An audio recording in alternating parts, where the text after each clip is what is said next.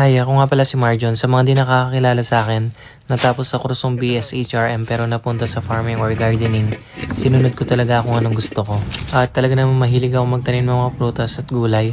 At minsan nadayo sa ibang lugar para magpitas lang ng mga prutas katulad ng lansones. At talaga namang natutuwa ako, nag-enjoy ako sa ginagawa ko lalo na pag nakikita ko yung aking mga tanim na maraming bunga. Katulad yun yung ating suhay, napakarami niyang bunga, hinog sa puno.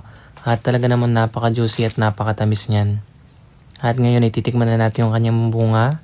At ayan, di ba? At napakasarap talaga. At pag dumadayo kami sa malalayong lugar, yung hinahanap ko talaga yung mga fruit picking activities. At tulad yun nasa norte tayo sa Baguio. Ay talaga naman pulang-pula yung mga strawberry nila at nakakatuwa. At ito naman yung tinatawag nilang milagrong prutas or calabash fruit. Ay talaga naman napakaraming ginagamot sa katawan.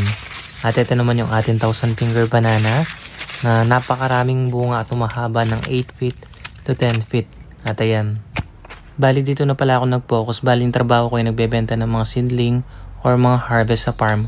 At minsan ay gumagawa ng mga videos katulad yan yung pagpipitas at pagtuturo ng mga tips sa paghahalaman to inspire our fellow kababayan na gayahin din. Talaga naman napakalaki ang kita lalo na pag inaral mo at alam mo laruin ng farming.